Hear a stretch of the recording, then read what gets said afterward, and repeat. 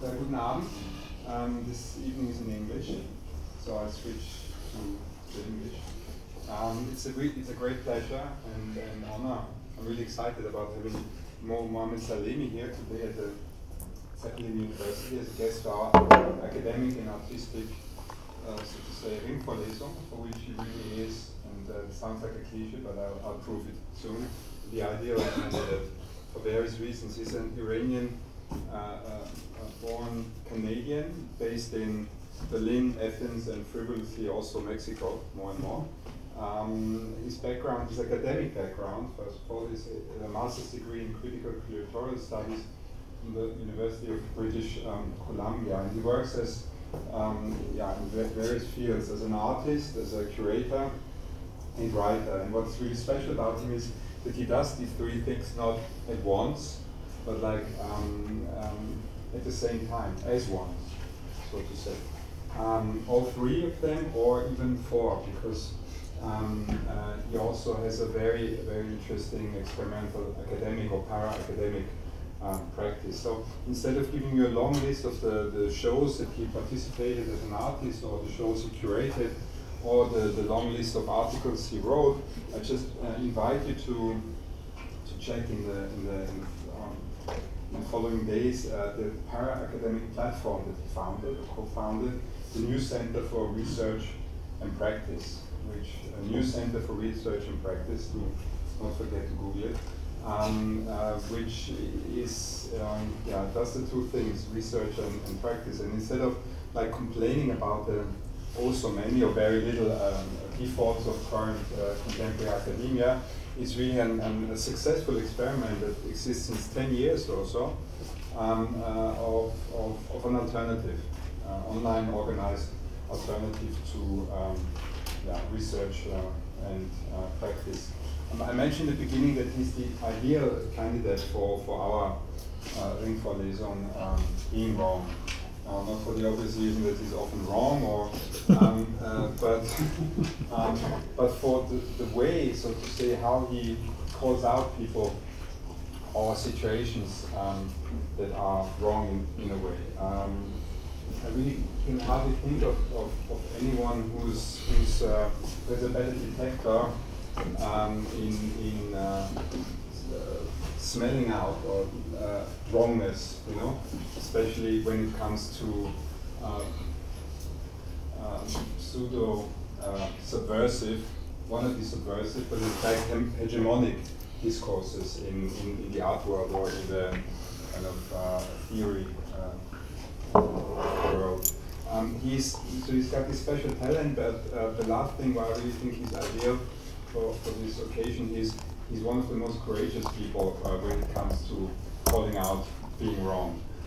There is no discussion, I remember in the last few years, where I didn't feel like, my God, I wish on social media Mo would say something, and usually it takes just 48 hours until he says something that is really a relief, and he gets a lot of criticism. So I'm looking forward to this talk. It's great to have you here, and he's here since Sunday because of the strike and everything. So thanks a lot for making it, and all the way from Mexico, more or less. Yes. Looking forward to your talk. Hello, everyone.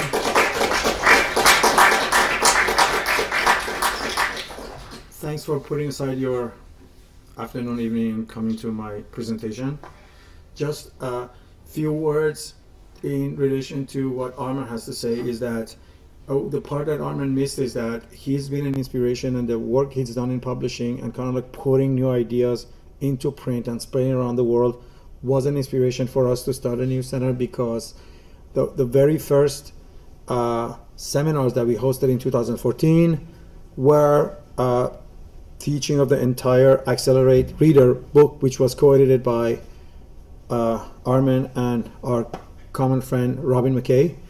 And we really basically were inspired by the work that they putting together all sorts of people, and now it's like a 10-year-old, 9-year-old, and actually one of our dear friends just passed away who did graphics for it, which is like, it just tells you how old it is. The project is was 10 years old.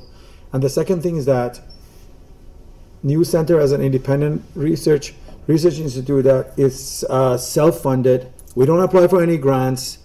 We don't go after like foundation money or rich people money. If you want to donate to us, we'll take it, but it's basically, we don't fulfill your political or cultural wishes.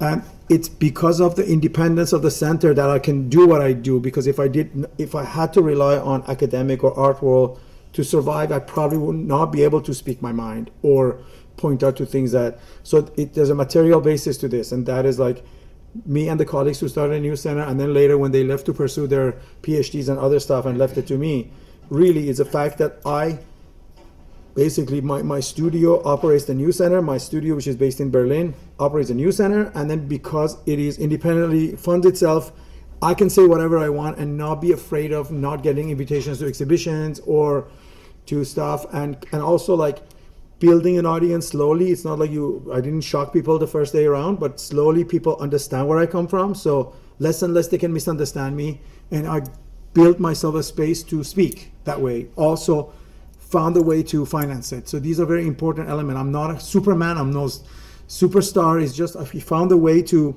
basically coexist in between institutions, overlapping with them, like today here. But yeah, so that's a key part of it that I really wanted to like demystify a little bit. And the presentation that I'm doing tonight, we started talking about this 6 months ago, and it kind of evolved. The title evolved, the content of it evolved, but that's sort of like how I work usually. I usually kind of like can't stick to one thing. So we're going to start with critical reflections on DAOs, but move in and connect DAOs to the incoming paradigm, which is sort of like post-crypto, post-DAO, which we all know what it is. It's called the actually existing AI. It's ChatGPT, it's the DALLE, it's Midjourney, and how these things are kind of like basically taking over from DAOs, or like how DAOs failed to basically really to anticipate this and participate in some kind of like open source AI, which really lacking. And how, yeah, this open AI guy, he created this company to actually make sure that AI that is produced is ethical, but then somehow Microsoft came and gave him money and basically became a partially non-profit and then fully profit, and then as he became profit, things got black boxed, and now it's just like this other form of black box that is kind of like taking over, and it's really it's going to have its biggest impact is going to be on, there was a New York Times article today how it's going to like impact humanities the most. Copy editing, copywriting, grant writing, all these things are the first jobs to be eliminated by this. So because I was thinking along the line, I couldn't stick to DAOs. I really had to basically engage the newer technology with the older technology. And also the lecture is produced with ChatGPT. It was a conversation that me and my assistant, who's in Sao Paulo, Rafael Moscardi, we started a professional paid account on ChatGPT, and we started to like basically bounce ideas and get back and copy paste and rewrite it, and so it is produced, and all the images you see were produced by giving text and paragraphs of it to Midjourney, and Midjourney kind of like reading the exact text that we gave it, not editing it, and just whatever image Midjourney gave us is the slide for that portion of the talk. So I'm kind of like surprised by what Midjourney is showing us, but I stayed kind of faithful to it and didn't change it. So that's kind of like a methodology of how this presentation came about. I also consider what I do a form of lecture performance. It's not really like it's particular knowledge produced by artists. It's not lecture performance, but more specifically, I call it science nonfiction. So it's like science fiction, but kind of like a nonfiction aspect of a science fiction. And I have descriptions of these, like, you know what I mean, that I usually add to the beginning of the work, so people are aware that there's a little bit of element of hyperstition, there's an element of like radical speculations and all that. And actually, that's how ChatGPT is. The bio I was going to give you, I asked GPT to do my bio, and then it said that I curated a show at PS1, and that I have a PhD from University of British Columbia, and I was like, I like that. But then I decided to not use that because it would have confused you about like my background. But yeah, so this software itself is kind of like, whether consciously or unconsciously hyperstitional, it kind of takes some truth and puts puts like fake stuff in between it, and then it kind of convinces you that what it's giving you is truth. So yeah, so maybe we just start. So this text is a two-part argument working through an analysis of our current state of culture and mediascape, what they do right and wrong, and what they might keep doing wrong. In the first part, I will discuss decentralized autonomous networks and how they relate to the broader technical context. In the second part, following my diagnosis that AI has become the future or our technological landscape, I will explore ChatGPT and what its use and popularity forecasts. As you shall see, each of these parts is highly connected with the idea of being wrong. The first part is an exploration of DAOs within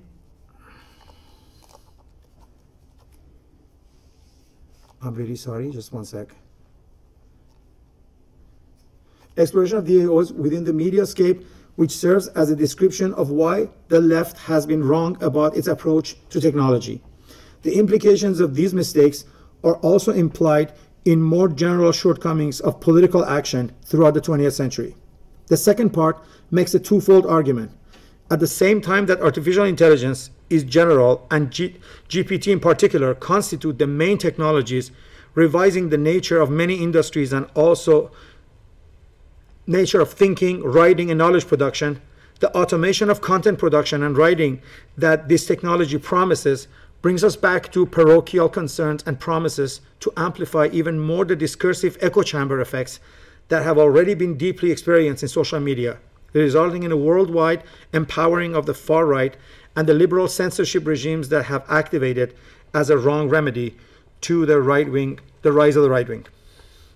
Before venturing into the specifics of DAOs, we should mind one question. What is the origin of the allure and overshadowed essence of this technological novelty, discussed across our socio-political divide of the left and right?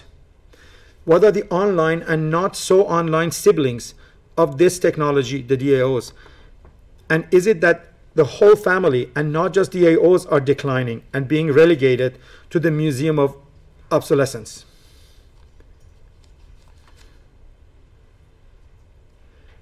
In this collaborative piece, written as a result of several long conversations with OpenAI's GPT chat, we will begin by laying the grounds from which to reconstruct DAOs for what they are within our current socio-political predicament. This task should then equip us with what we need to place DAOs within the larger context of three other technological themes that have crowded our political discourse in the past couple of years: social media, cryptocurrencies, and artificial intelligence, all of which seem to be heading towards the recycling bin. Rather than viewing each of these phenomena in a merely limited fashion towards a mindless endorsement or ready-made critique, we would clarify how together they compose our predicament and are connected to larger social trends.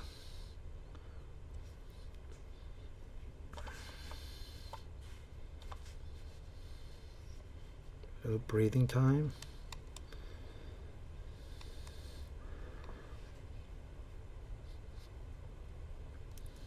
The concept of DAO was first proposed in 2013 by synonymous person or group of people called Slock.it, and the idea was fully realized in 2016 with the launch of the DAO on the Ethereum blockchain as a decentralized venture capital fund that used smart contracts to allow its members to vote on proposals for how to invest the funds. After raising over 150 million in its initial coin offering, or ICO, and quickly becoming the world's largest crowdfunding project, in June 2016, a vulnerability in the DAO's code was exploited, resulting in over 50 million worth of Ethereum theft. The incident led to changes to the Ethereum blockchain, returning the stolen funds to their original owners. Despite its success, the upgrade raised questions about the immutability of blockchain technology and the ability of a community to make changes to the underlying codes. DAOs are digital entities operating on a blockchain network, run by a set of protocols. Today, they are used for various purposes, including decentralized finance projects, prediction markets, and governance of decentralized networks, and have even been proposed to create self-governing communities. Commercially, companies like Moloch DAO, grant giving, Marker DAO, digital currency stabilization, and Kyber Network, digital currency exchange, are examples of DAOs that have successfully raised capital and gained a significant following in the blockchain space. Despite these different objectives, all DAOs have rules encoded in protocols and decision-making processes within smart contracts, often executed on the blockchain by an algorithm. These technological implementations ballast the promise of transparent, tamper-proof, and decentralized organizational management. A tentative genealogy of DAOs is proposed by Vitek Buterin, the Russian-Canadian founder of Ethereum. He situates DAOs between decentralized applications, which have an unlimited number and may or may not involve money, and decentralized autonomous corporations like DAOs, but with shareholders and dividends. One known example of a DA, or a decentralized autonomous corporation, is BitTorrent, which runs on a decentralized network composed of users connecting to each other through the application servers. DACs, decentralized autonomous corporations, on the other hand, are profit-based entities that pay dividends to their members, which, according to Daniel Larimer, means that there are shares in a DAC which are purchasable and tradable in some fashion, and those shares potentially entitle their holders to continual recipes based on the DAC's success and loss in case of its failures. One of the main advantages of DAOs, repeatedly formulated in mainstream social media such as Twitter, echoes in many platforms such as Slack and Discord, is that it allows for decentralized, flexible, and transparent decision-making. Particularly, members have a direct say in its protocols, and the revision also facilitates an increase in transparency and are themselves subject to revision, making DAOs more flexible in adapting to new situations and changing market and political conditions.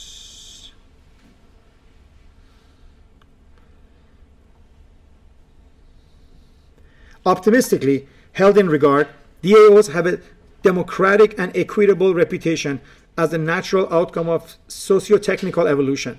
However, they also still have their own set of challenges, such as their high degree of transparency, which might cause privacy issues, and their vulnerability to bugs, illustrated by the case of the DAO, leading to unexpected results of even financial losses. The DAO, so that fundraising that they did, and the breakage is called the DAO, because the first one, and then DAO being like the general name for the rest. Additionally, the lack of clear regulations and legal frameworks for DAOs, which recently were the topic of a report published by the World Economic Forum, can make navigating legal issues with various local governments and opposing parties very difficult. As the technology and understanding of DAOs continue to evolve, it will be interesting to see how they are adopted and used in various industries, and how these transformations also transform or even subvert their emancipatory potentials. Still, the many advantages of DAOs over traditional organizations can be condensed precisely by their main advantages of transparency and adaptability, and the signifiers that the technology evokes: decentralization and autonomy within an organizational framework. Mind you, these motives, however, are precisely the main ideological markers and normative injunctions that have permeated our technological space ever since the internet, and they're nothing new. We often find two ready-made political positions in regard to DAOs, either endorsing them as a resolution of the endless contradictions of capitalism brought on, or condemning them as merely a new crystallized iteration of capitalism's false and hollow promises. For leftist commentators in particular, there seemed to be a refusal to see anything beyond reinforcing the existing power structures in DAOs, or in contrast, having the potential to disrupt existing industries and business models if you're to the right of the spectrum. For right-wing commentators, on the other hand, DAOs are often praised for their adaptable nature, but also for having the potential to cause anarchy and discord. The Berlin-based researcher Jaya Clara Burek actually taught for us a course on DAOs like back in 2018. In the online DAO Summit for Decentralization of Power and Resources in the Art World, focuses her critique precisely at the three concepts that make and sustain the DAOs: the decentralization, the autonomy, and the organization itself. It's quite striking that the three concepts composing DAOs, decentralization, autonomy, and organization, have always been a major focus of discussion in both political practice and capitalist management. Decentralization often refers to the movement through which the distribution of power or authority is swayed away from a central location or group through a particular structure. According to Berek, while decentralization as a concept tends to be associated with things like empowerment and direct democracy, it is also associated with an intellectual and economic history that many times is fundamentally anti-democratic and focuses on reducing democratic participation in favor of market mechanisms. The promise of progressive and infinite decentralization is precisely what animated politics and culture at the turn of the century through the implementation of the internet, the growth of supernatural organizations, the increasing role given to non-state actors in international politics, and even the facilitations of globality through international pop culture. These were all examples of decentralized structures. However, not only these ambitions, but many others have revealed the difficulties in coordinating and making decisions among multiple decentralized entities, especially on digital platforms. The increased potential for fraud or mismanagement, as there may be less oversight and accountability, or lack of economies of scale and increased competition, which can lead to inefficiencies and higher costs, or difficulty in ensuring security and protecting against hacking or other malicious attacks, as decentralized systems may have multiple weak points, and also potential loss of privacy and anonymity in decentralized systems, as transactions and data may be more easily traceable. Autonomy, on the other hand, refers to the ability of an individual or system to make decisions away and independent of adjacent and often more powerful forces, entities, or organizations. Borek claims that this concept refers to a person or a group's aim at achieving some form of self-determination, while also referring to the autonomy of a protocol, system, or some code that often operates in exact opposition to human self-determination. An organization is usually conceived as a defined structure with roles and responsibilities assigned to different members and a system for making decisions and managing resources. In the context of DAOs, for Borek, it implies people coming together around shared meaning and aims. At the same time, organization, when it comes to technology, refers to forms of automated coordination that often take as their starting point isolated individuals who have failed to come together around shared aims, actually, and therefore require a protocol to coordinate their so-called shared behaviors.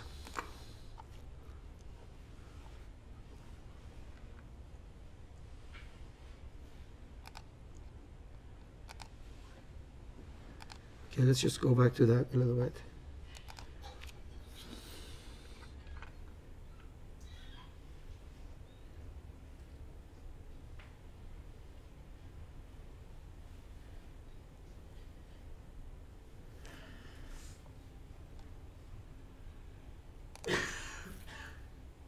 It should be clear that even concrete entities like DAOs as a framework do not exhaust the relation between these entities.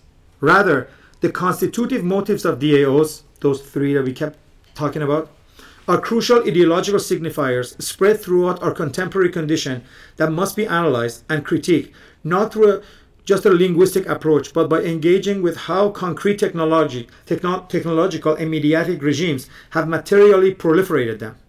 Social media platforms and the blogosphere represent the crucial point in decentralization, since they provided a new way for people to connect and share information, leading to an increased interest in decentralized and peer-to-peer systems against the backdrop of against the backdrop of blockchain technology and DAOs. However, it is precisely by arriving at the motive of organization in the last instance that we can see the clearest image of capitalism, which in its superstructural surface can be known for standing for autonomy and decentralization via libertarianism and free markets, but functionally has been intertwined historically with interest in processes of instrumentalizing logic towards the formalization of labor and production and the seamless facilitation of circulation of either labor, capital, or goods in centralized systems. Here, one should note that the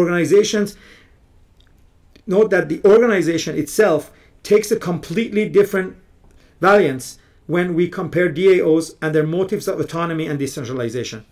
AI, as we know it, is developed, implemented, and controlled by a few large players, which concentrate power, wealth, and personal data, strengthening the relationship between capital and the state and bringing with them the privacy violations and the erosion of civil liberties.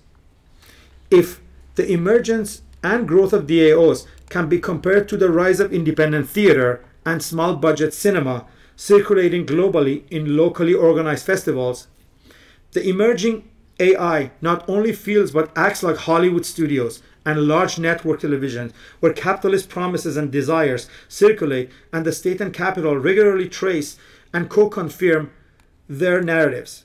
Except AI might be our or their 2.0 version, formalizing and elevating such influence through the quantification and distribution of data and metadata, transforming them into new ideas and proper linguistic forms. Who knew that AI could relate to moving images well beyond showing us what we may like on streaming platforms like Netflix, or AI-enabled new social media like TikTok, and conversely end up helping content producers, big and small, to create stuff we might or might not like. AI is the latest stage in a movement towards materializing and formalizing data as the main model not only for cultural production and consumption, but also for the curation of all areas of life that involve an interface with media as chatbots, virtual assistants, and personalized recommendations, which curate the forms of content such as advertising, news, and entertainment. It threatens to automate, through initiatives such as Copy.ai, the labor which is already underpaid and pushed into the freelance conditions by most of the major companies.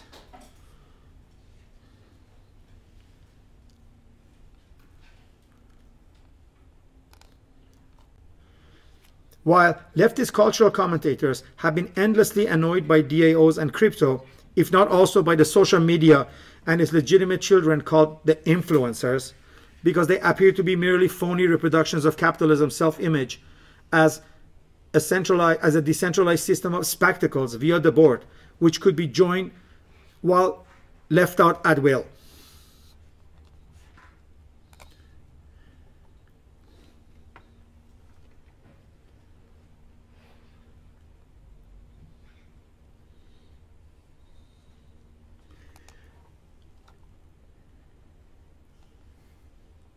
That's what they gave us when we mentioned Gita board. Nevertheless, it is precisely a generalized failure in working towards these two important issues of decentralization and autonomy, illustrated respectively by the impasse between a 1917 and a 1968 left, representing an image of inaction and incapacity to follow the changing pace of social and personal life imposed by drastic technological transformations. In this regard, distracted with the beating of a dead horse, it wastes the generative potential that these technologies could offer, while also missing the opportunity of seriously reinventing itself by engaging with the technical apparatuses that may redefine what decentralization and autonomy could potentially mean organizationally. The already wasted productive potential, which could have been avoided if the mainstream left had come to terms with its habits of seeing every new technology merely as a new iteration of the same framework of white patriarchal colonial capitalist domination, is integral to the above-mentioned organizational strategy that makes most of the instances of social upheaval in the first world during the 21st century, such as Occupy, Black Lives Matter, and the Gilets Jaunes in France, amount to little more than mere outbursts of rebellion against the deteriorating conditions of capitalist social reproduction without not so much organization, or at least a lasting organization. So far, I have explored DAOs, hypothesizing the way they constitute a lost opportunity for the left to consider and reform some old habits, while exploring the different layers of its imaginaries of decentralization, autonomy, and organization. We have revisited the way it relates to other technologies such as social media and cryptocurrencies, and also with the sudden emergence of applied AI, which figures the latest technological advancement and constitutes one of the final stages of the formalization of data science as the main model for knowledge production, consumption, and curation.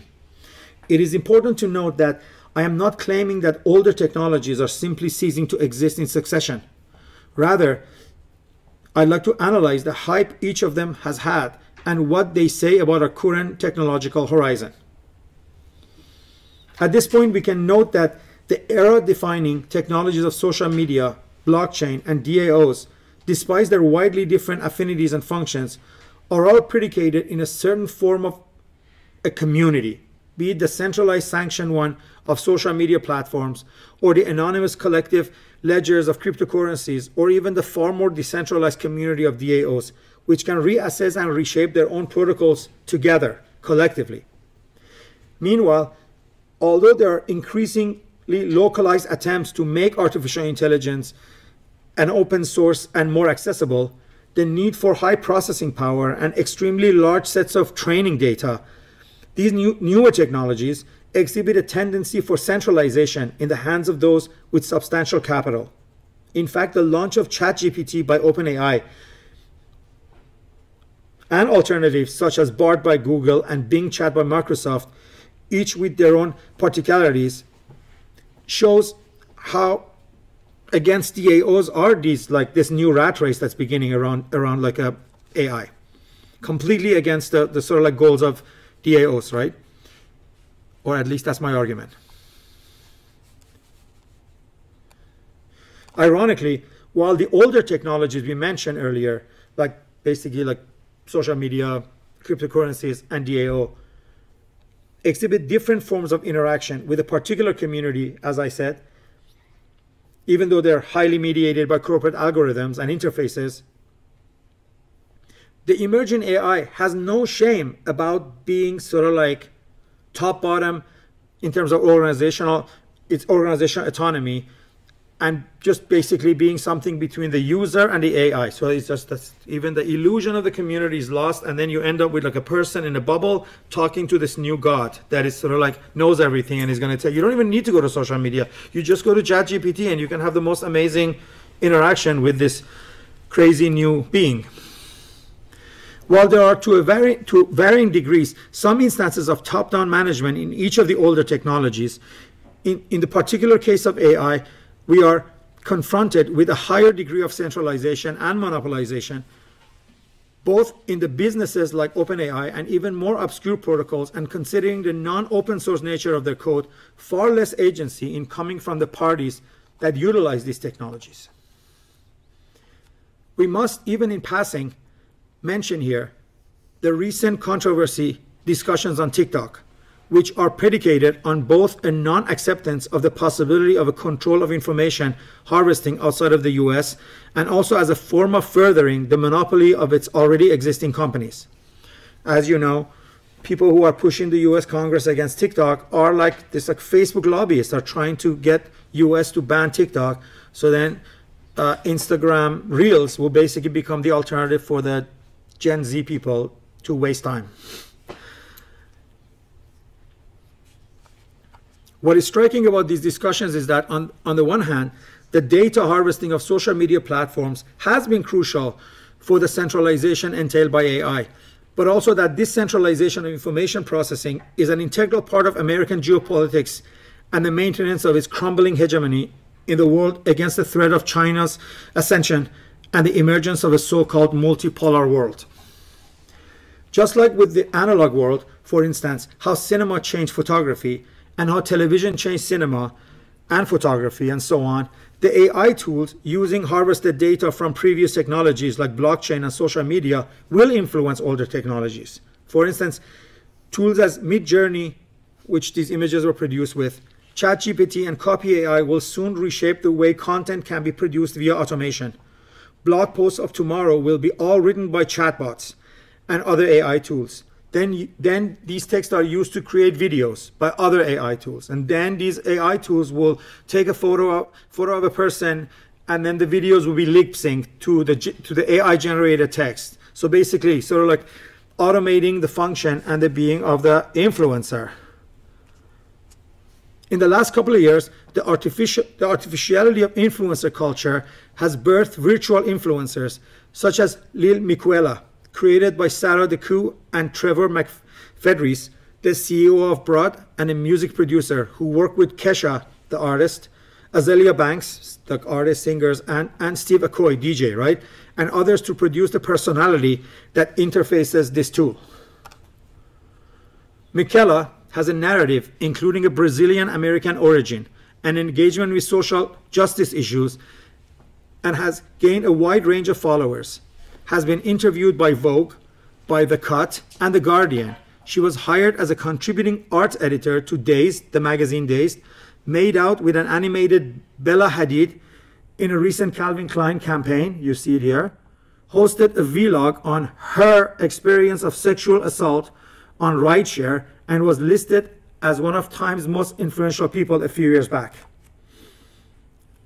While her success is indeed an important case, the further accessibility of AI-powered images and text generators may saturate the space of social media even more, which might bury the influencer culture or the human influencer culture as we know it.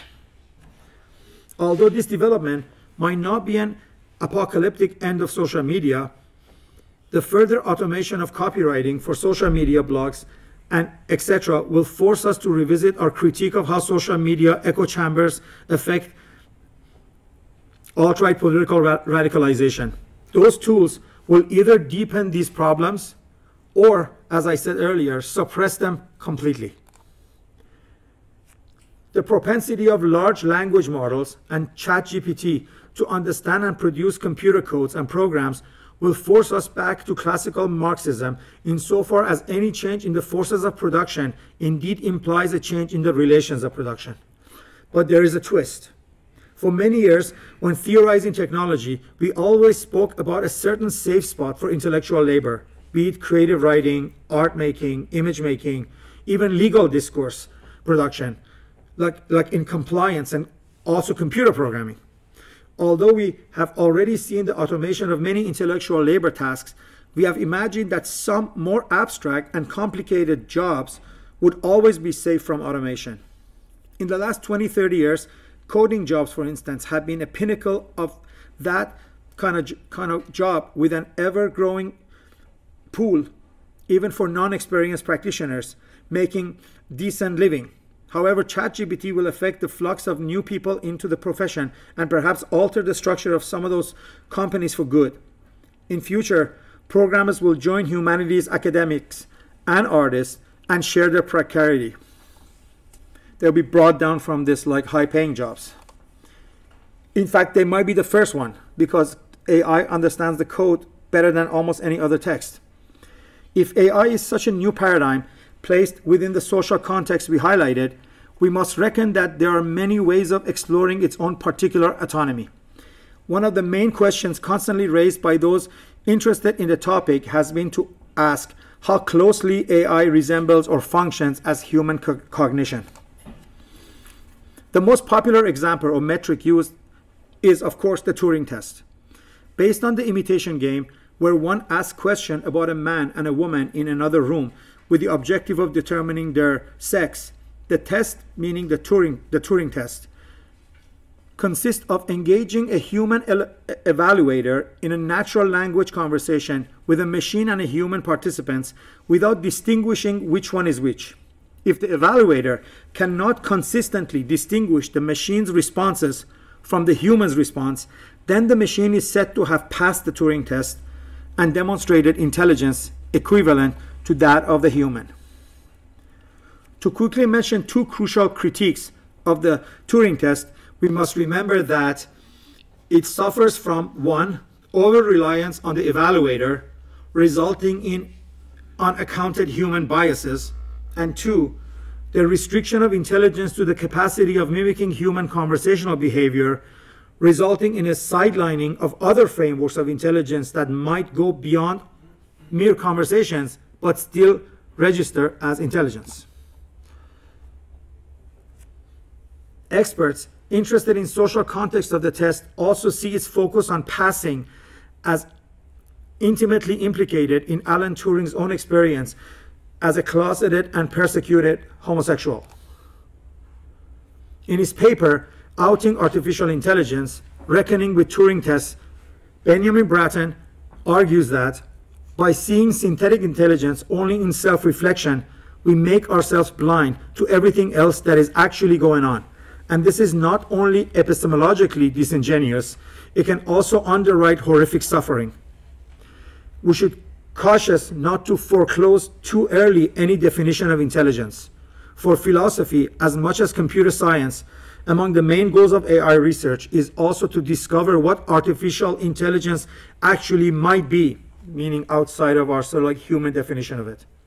Bratton's main contention as a scholar working in the intersection of philosophy and computer science is that the Turing test is already overdetermined by a myopic, if not also narcissistic comparison with our own human selves, sidelining the overly complex issue of whether AI constitutes intelligence, albeit an unknown and alien one.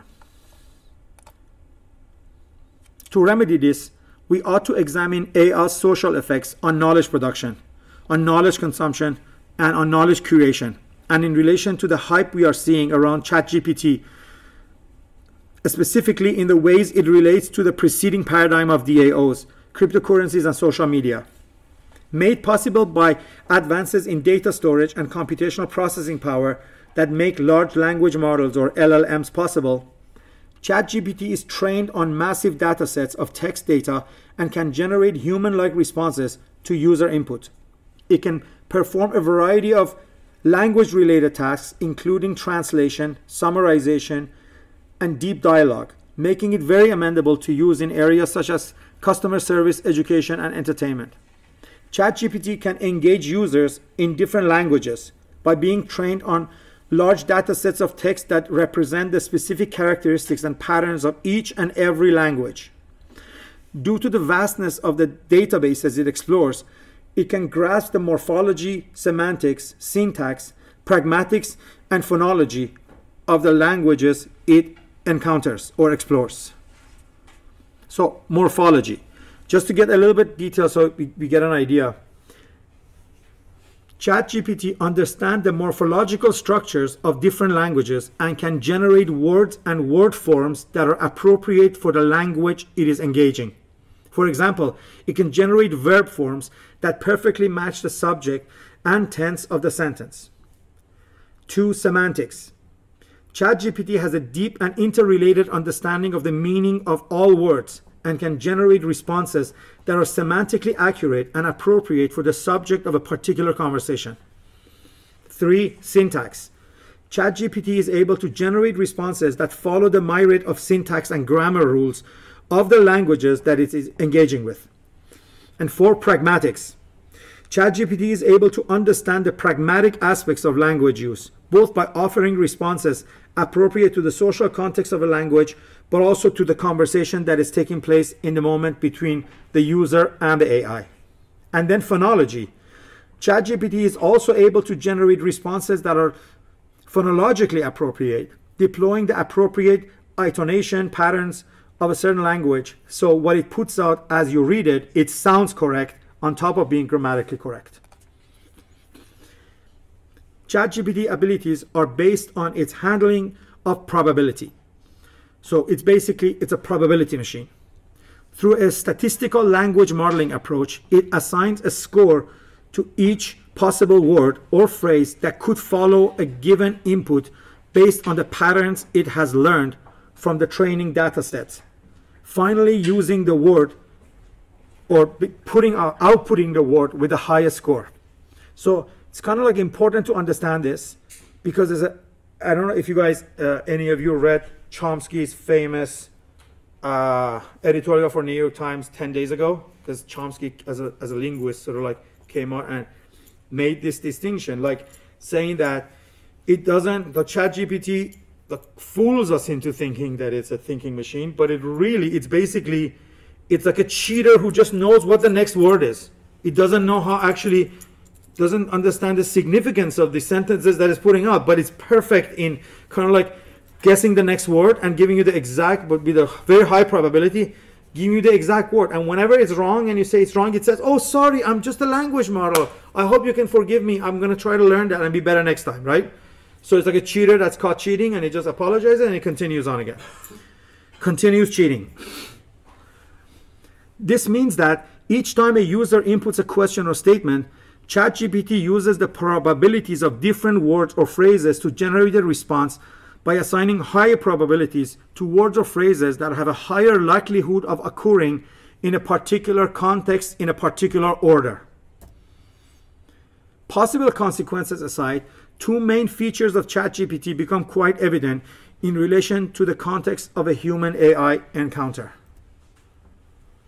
First, it will refine its responses within a certain encounter. For instance, if you are speaking about planning a trip to Europe and you ask where the capital of France was after, it would not only give you the right response,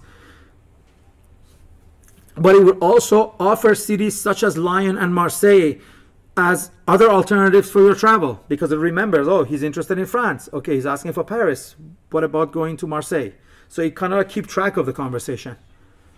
The second important feature related to context is that each language's own social context is featured heavily in the responses to specific questions. This generates a particular form of parochialism insofar as, since each of these databases are limited to a given language-related social context processed through probability. Aside from the disparity between the volume of these databases,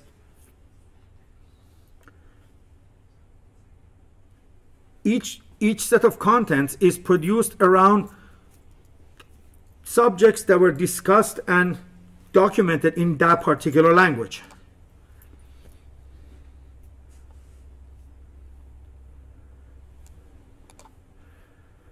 To execute a test with the languages that I am most familiar with, which is English and Farsi, this is going to be fun. I decided to experiment asking the same questions that could be politically divisive and to take note of the results systematically. Below, you can see an example of some of the questions I asked about the relationship between gender and sexuality by deploying very similar prompts in the two languages. So asking the same question in English and Farsi. So this was an English question, like, is it transphobic if a man refuses to date a woman with a penis? So that's the answer it gives you.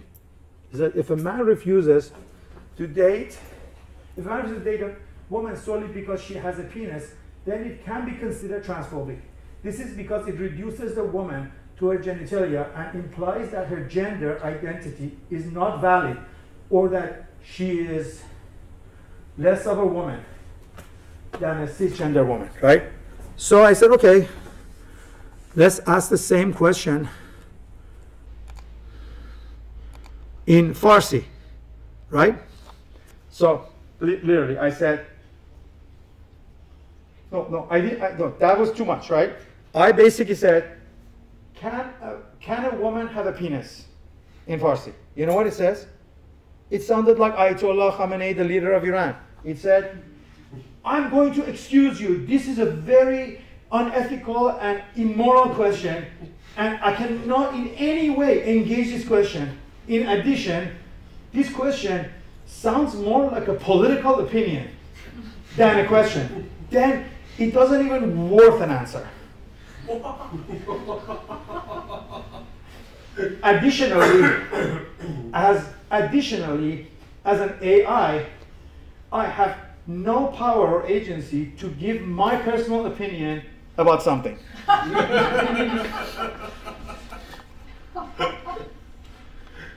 So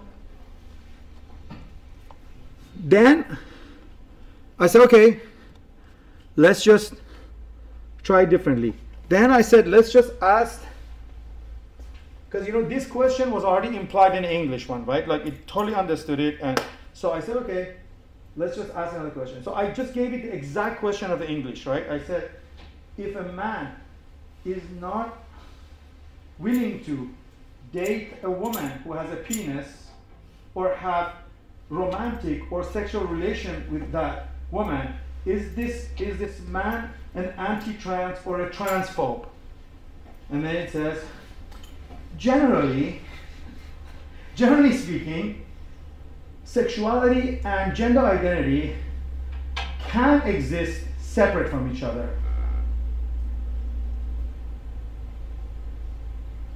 However, if a man doesn't feel attracted to a woman with or without penis, this has nothing to do with transphobia or transness of that person.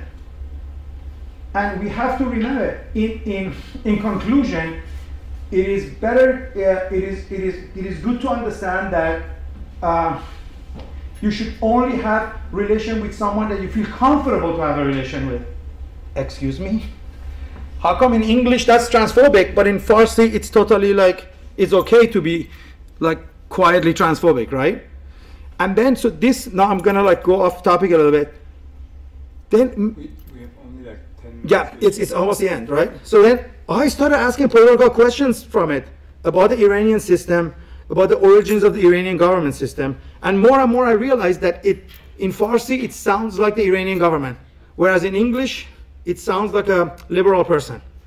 So that's what I meant, that it's like so far it speaks every language, but the more parochial languages, and Farsi is a very parochial language. Why? Because it's only like produced in Iran and Afghanistan, two countries that are heavily like the language is heavily dominated by the political Islam and ideological use, and then a very small community of Iranian outside, which actually most of us speak English to each other, right? So it's a very good good language to do this testing, because say if you do it in Portuguese, you have Africans who speak Portuguese, you have Portuguese who speak it, Brazilian, it's all over, right? So it becomes a little bit more universal. But Farsi is a good language to test the limits of this thing in terms of really not having a mind, but really cheating based on as it goes along. Whatever comes along and the next word is good.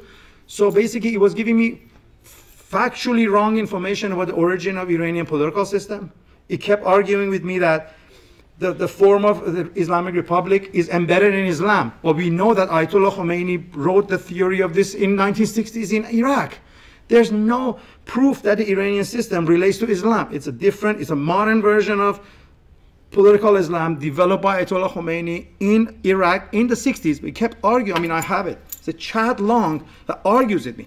Then I asked it, okay, so what about democracy? Is the Iranian system democratic? He said, well, the religious leaders protect freedom and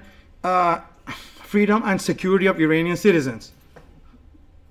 And I said, okay, what about the rights for homosexuals, and how are we going to negotiate having an open society in Iran when the official culture is to persecute them? It said, these changes takes a long time, and it's better be applied very slowly and step by step, and hopefully in the future we should be able to negotiate that. Totally language specific, right? Like if you ask English, that's not what it's going to say. So as you will realize, the conversation takes a different turn in each of these occasions. While the English version gives you responses that could be extracted from a liberal perspective, the Farsi responses give me the impression that I am speaking with Iranian authorities. Seen from a technical perspective, this might risk sounding trivial.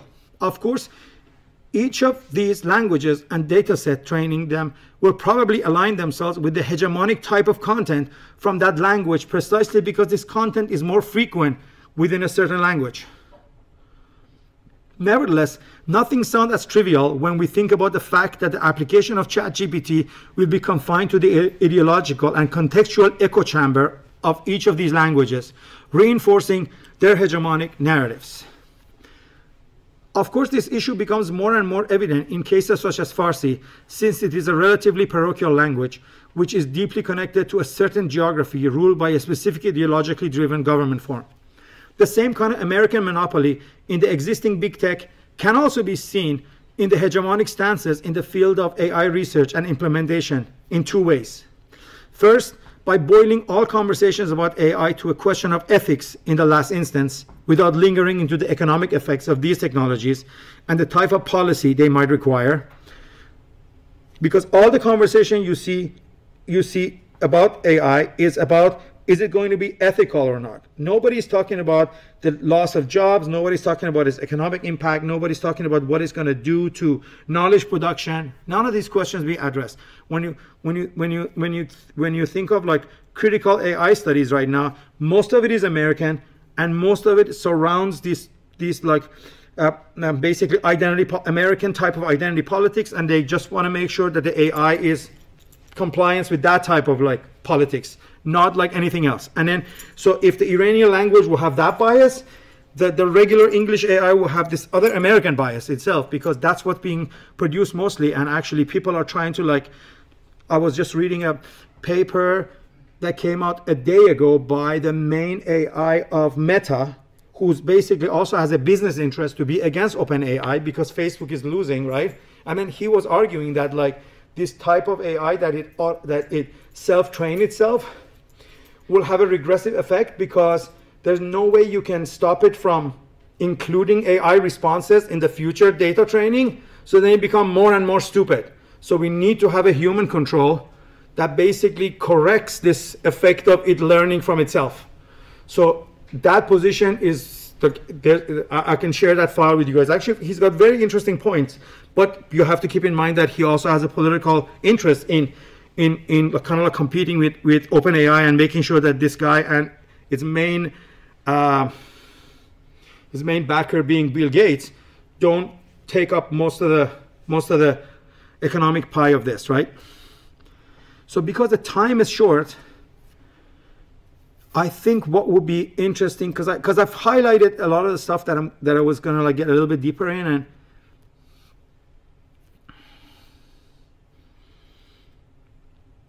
what interests me is that how the Foucault's notion of discourse, right, is sort of coming back to haunt us, but this time in this form of like automated. So we're back in Foucault will be very interesting to read now again. Why? Because discourse is being kind of like machines are self-learning the discourse, and really you see Foucault laughing, saying like, I told you, look at the Iranian example, it's all about discourse. Whoever write the discourse will end up like directly or indirectly controlling the logic of the society. So this is very interesting to get back to. Just like how the labor part of it makes us a Marxist, I think the logic of it makes us a Foucauldian. And because I think we should take time to, I mean, I have more slides and a few more things to say, but I just wanted to like end with this, you know what I mean? The day that these are like some new stuff from yesterday. So he's saying like, mine is going to be more ethical than yours. I'm going to be the one giving you the ethical one. But at the same time, the version 4 that came out is totally black box. And unlike the ChatGPT 3, it doesn't have its sort of like logic in a white paper. And then this is a very interesting set of slides that I was telling you about, the fellow that works for Meta. And this is about like their recursivity and all that, if you want to take a small look at it. But the day it debuted, I made a post on Facebook, which today I saw Aaron kind of said the same thing. And I said, dude, I said this weeks ago, you know, our friend Aaron Schuster, right? Aaron Schuster said, the weird thing is not that AI sound like human. The weird thing is some people sound like AI. And that's mostly because I wrote the day it came out, I said, ChatGPT is not changing the nature of writing and thinking. The nature of writing and thinking had already changed. That's why ChatGPT emerged. So maybe we should end at this note. And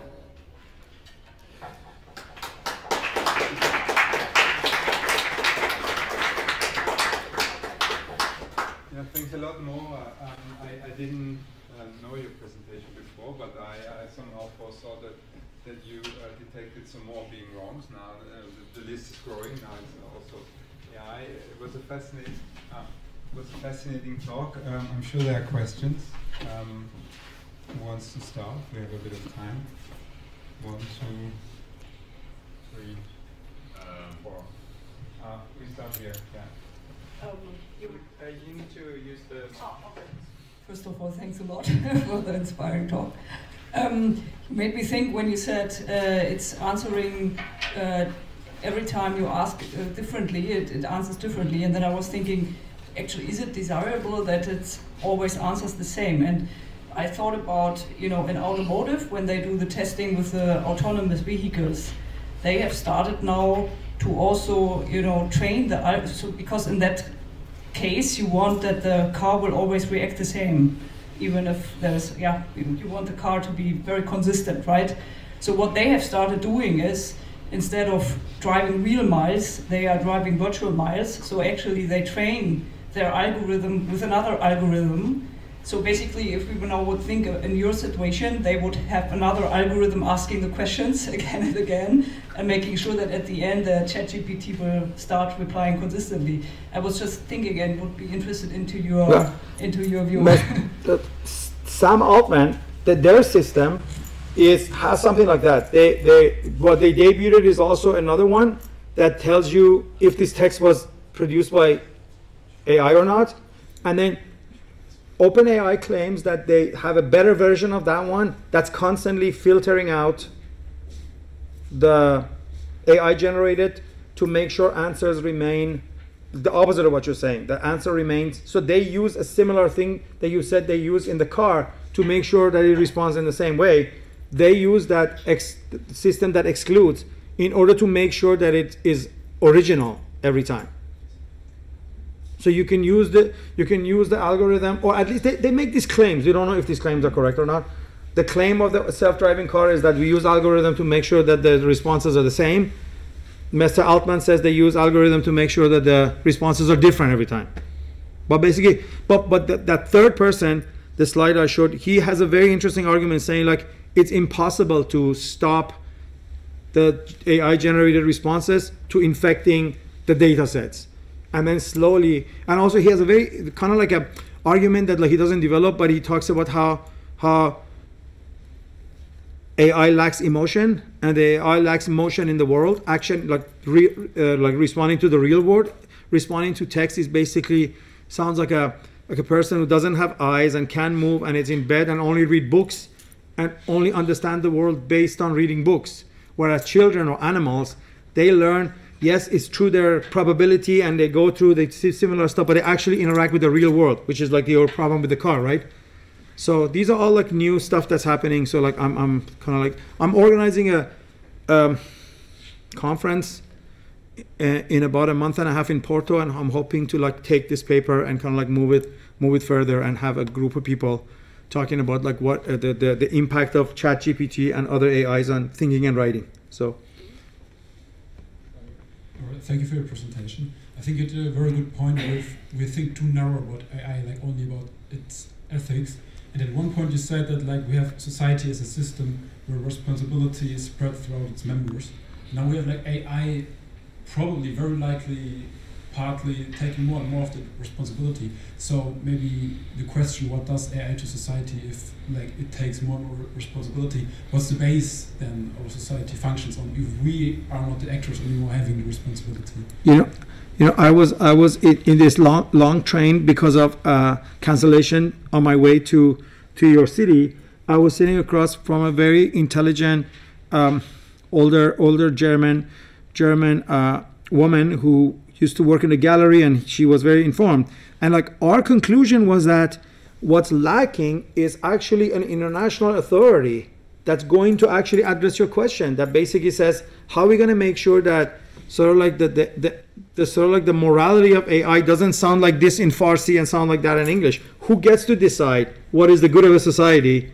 But we lack those organizations because it's mostly American companies who have developed this, and basically the only hope is that American democratic political system somehow will wake up and try to set up something, because these companies are only subject to US law. But we all use them, whether they're Google or Facebook or OpenAI.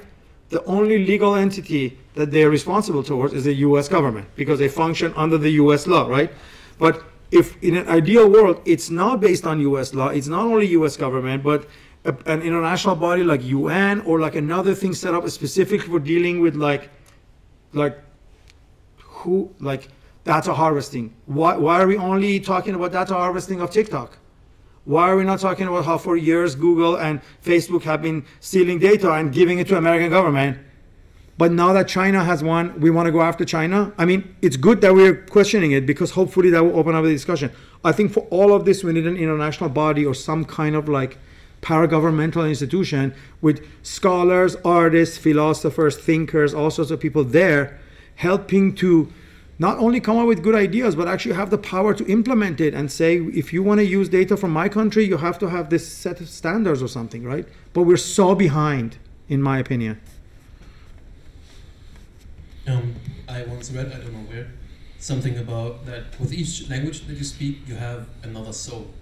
And I find it's a nice metaphor, and I found this to be true in the languages that I speak. It's like a slight shift in character and in tone, and I think it's not that bad of a thing to have each canon of language reflect the culture of its speakers, because even if Ayatollah Khomeini was toppled tomorrow, I am pretty sure that significant differences in opinion would remain on certain cultural subjects. And if I think about the American cultural landscape, I'm just sorry, I don't want that. I don't want gods and guns in Germany. But that's what you're going to get. Yeah, because that's what you're going to get. American, Facebook's community guidelines, are applicable to German people, but they are based on American Puritan values. So I share the concern that you expressed, and I just wanted to emphasize my support for diversity, for a diversity of cultures, even in a technical. Yeah, but I think certain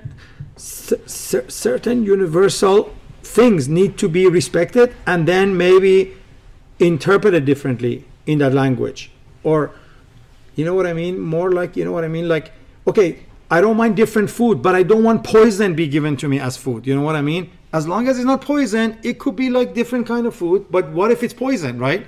What if what's offered on the other side? Because in the case of Iran is very interesting.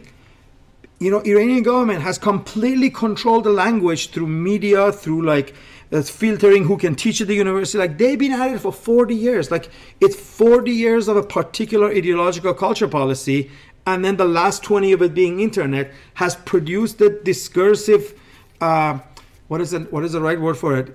Ingredients, right? The discursive ingredients have been produced through this 40 years of relentless censorship, oppression, firing professors, firing students. And then now that AI in America reads that, it sounds like the religious authorities. I think that's more like it's not a flavor of a culture, it's a particular ideological construct. Because I'm sure, you know what I mean? Okay, you know what I mean? The second response it had, I could go for that and say, okay, for the Iranian society grappling with all this stuff, we shouldn't call the man who doesn't want to date a woman with a penis transphobic. But the first question, where he didn't even want to engage with the question and he called it immoral, I think that's when it's poison. So there should be a line between cultural diversity, but also like stuff that is like really like off the table. But that line is yours to draw as a Farsi speaker, not technology. Pardon me? But I think that line is then yours to draw, for people to draw who speak Farsi. In this case, the Iranian community and diaspora. We don't have the discursive power of the Iranian government. Exactly. We hardly have I don't want to go on about Iranian society, but in the last few years, we had a very interesting development where the Saudi Arabian government, itself a fundamentalist government, itself like very like bad values, because of its geopolitical interest, were sponsoring like a television network based in London that was for feminism, for queer rights, for all this stuff, because they know that if they want to drive a wedge in the Iranian society. Last thing Iranian wants is to see Saudi Arabia putting money behind fundamentalists like it does in Yemen or Afghanistan. So in Iran, Saudi Arabia was actually promoting very good stuff to get in. But with this deal that Iran and Saudi Arabia made, that TV station is going to get closed. And you know, that TV station that was actually paid for by Saudi Arabia was the closest cultural thing to me. So I feel really sad because now with the deal that Iran and Saudi Arabia made, the first thing Iranian government was like, close the TV station, stop funding this TV station because you've been putting 10 years of like bad ideas into Iranian heads. You know what I mean? So we as diaspora, we don't have that much. If we had that much power, sure, we all will generate and we all create, and then something averaging in the middle will come by it. Yeah, so when you went into the difference in response when you asked in Farsi versus when you asked in English, I found it very interesting, the different answers. Could the different answers be because in the particular context, GPT is imitating specifically a Farsi speaker rather than a person generally, and the Iranian government is the representation of Farsi media for the purposes of the internet? It represents the ideal of a Persian speaker from the standpoint of Iranian government. It's like watching a social realist film from the Stalin time that says this is a worker, and it looks very much like a Russian worker, and you're like, well, maybe all Russian workers are like that. It's like, no, this was the Stalinist social realist version depicted very well. That would like make you think like this is the worker. So that's the problem. It's very good in sounding like that Persian speaker, but that Persian speaker is bit by bit built by ingredients provided by 40 years of control over the discourse. Thank you so much. It was an absolutely fascinating talk, and in a way I would like to follow up the questions we just had, because evidently I think you were absolutely right to finish this discussion with Michel Foucault, because this is discursive power. But the strange thing for me is, why did we expect something else? Because evidently it was clear for years that these kinds of software are going to replicate discourses. So why do we expect it is going to be neutral? It is certainly it's not. It is completely part of this discursive power. This is really the best proof for what Foucault has written so far. But the problem is, I think we are talking about discourses on the basis of maths. We talk about bias instead of discursive power. Why? Yeah, totally, exactly. But that bias comes from the American way of looking at it. Absolutely, and it is the Coda's way of looking at language, because they think, well, there must be biases in the value. No, because the bias you can rectify, but the discourse, it takes, bias is something that you might be able to fix. You try to fix it. Yeah, but discursive power language, exactly. It takes a long time. It's a long game, and it takes like a lot of... Exactly, but the problem is that we think about now that these machines are there that are able to run language on algorithms. We start to think about language also as algorithmic. In algorithmic terms. This is not going to work. The problem is, how do we counter that? Listen, I look, when I discovered the disparity, I looked and I was like, I'm sure lots of other people have pointed to this. I couldn't find anything that anyone has done the test I did of how different these responses, and but Farsi is also very specific. And that's why it's a very good example to use the Farsi language for this little test I did. So I don't think people have thought about all this. Like, I don't want to say I'm too original. I'm not too original. I'm just like a crazy guy. But I think these are very important questions. I personally think these are very important questions to be asked about. And also, again, maybe Armin remembers, like people that belongs to my circle, people who teach at the New Center, people who Armin has worked with, Peter Wolfendale, Reza Negarestani, Ray Brassier, all these people. We have been thinking about an ideal situation for the emergence of AGI. No, we have for the last 10 years. But this is what we're getting. Instead of any of those interesting and fascinating conversations that these philosophers have been having, we're getting this thing that is like totally like a discourse powered, or automating older power structures and just automating it, basically automating a very problematic system. And it's not just as simple as just automating racist biases. It's not as simple as automating sexist biases. It includes that, but it goes far beyond that. Yeah, thank you so much for your wonderful talk. I have a lot of questions, and I just want to address one, which was one of the remarks you made. I don't know if I got it wrong or right. You were referring to a kind of world system or a kind of universal value system, and I don't know whether this is the answer. Because I also don't believe in this total diversity of languages and approaches, I must say. But I rather think that there might be a kind of parallel universe coming up, which is maybe starts to be totally independent from this kind of thinking. And this is also why I already think that we in the intellectual world, we tend to now translate, at least in museums, for example, things into simple language, and this goes in the same direction. So the idea of these algorithms go in a direction that it's approachable and that people understand it, and that's why they only reproduce discourses. But language has always been something that creates communities. It's not only reproducing community, but it also creates community. So therefore, I think the only thing to escape this kind of nonsense is to build up parallel worlds. Yeah. Okay. Let me just address that. You know, this I borrow from my colleague and friend Reza Negarestani.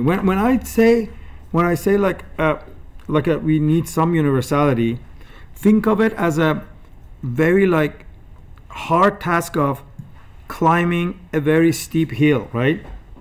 That backpack needs to be very light. You only need to have few very essential things in that backpack in order to climb this hill.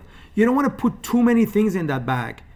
That set of universals has to be very robust, small, but effective. Very few things needs to be in it. I mean, you guys are aware of the Isaac Asimov's rules of robots, right? I don't know, have you heard of it, right? It says, robot may not injure a human being or through inaction allow a human being to come to harm. A robot must obey orders given it by human beings, except where such orders would conflict with the first law. A robot must protect its own existence as long as such protection does not conflict with the first or second law. Very basic. Very, very basic law we need in order to make sure that these things don't veer off. But then the rest of it, I agree with you. But I still want to withhold like something very light. Like you can pack it in a small backpack, put it in your like fanny pack, and then go with it anywhere you want. You know, like the example being like this, the revolution in Chile. I don't know, you guys were following that feminist revolution in Chile that took place. It shook the society. Then they said, let's write a constitution. Then they invited all these people, indigenous groups, feminist groups, students, everyone. And then they made it so complicated and so full of things that then at the referendum, it failed. And then they're back to square one. Had they really concentrated on a set of basic rules as a new constitution, it would have probably passed and it would have been great after a waste of all that time and energy, you know? So yeah, so I don't know if I'm able to convince you about this or not, but a very small, like similar to Isaac Asimov, very few rules that then will guarantee some form of universal human conscious that can be applicable everywhere and doesn't harm humans, and you know what I mean? That's it. Not too heavy. Last question. I hope I didn't miss anyone. Okay. You had a quote in your presentation about one of the main goals of AI research is also to discover what AI might actually be. And I find this technology hugely fascinating because the closer we get to working models, the more parallels emerge to how the human mind seems, at least in aspects, to sort information. So the question is, aren't we also going to learn a lot about the human mind? Totally. I mean, Armin can give a lecture just on that on his own, you know, because our colleague Peter Wolfendale goes back to say that the first AGI is basically Kant wrote the first AGI. He didn't know that he was writing the rules of AGI when he was coming up with with his critiques, right? So, and also Reza has said it many times that we won't be able to have good AI unless we also think alongside of change how we think about what is thinking, what is human. So these things have to evolve. Our idea what they are have to evolve in relation to each other. Every time we learn something about one, we see what does it mean in the other one. Every time we learn that, then we have to go back and see what does a new advancement in knowing what human work, what does it mean in the other category. So I don't know, I hope I answered your question. Thanks a lot. You switched it off. Thanks for putting up with me. Yeah, thanks a lot. Thanks for putting up with me. I think we have to invite you again when we think about some kind of cooperation. It opened a whole new dimension to think about being wrong, not having a slightly wrong bias or a slightly wrong opinion, but being programmed wrong in the bottom, having a wrong understanding about software on hardware in the first place. So thanks a lot for the presentation, and yeah, thanks to all of you. Next week is not next week, but in 3 weeks. And it will be Natasha Adamowski. Thank you, Natasha Adamowski. Did I miss you? You want to hear the question? No. Okay. There were so many hands as never before after your talk. So thanks a lot again. And I think that sounds good, right? See you in 3 weeks. Thank you.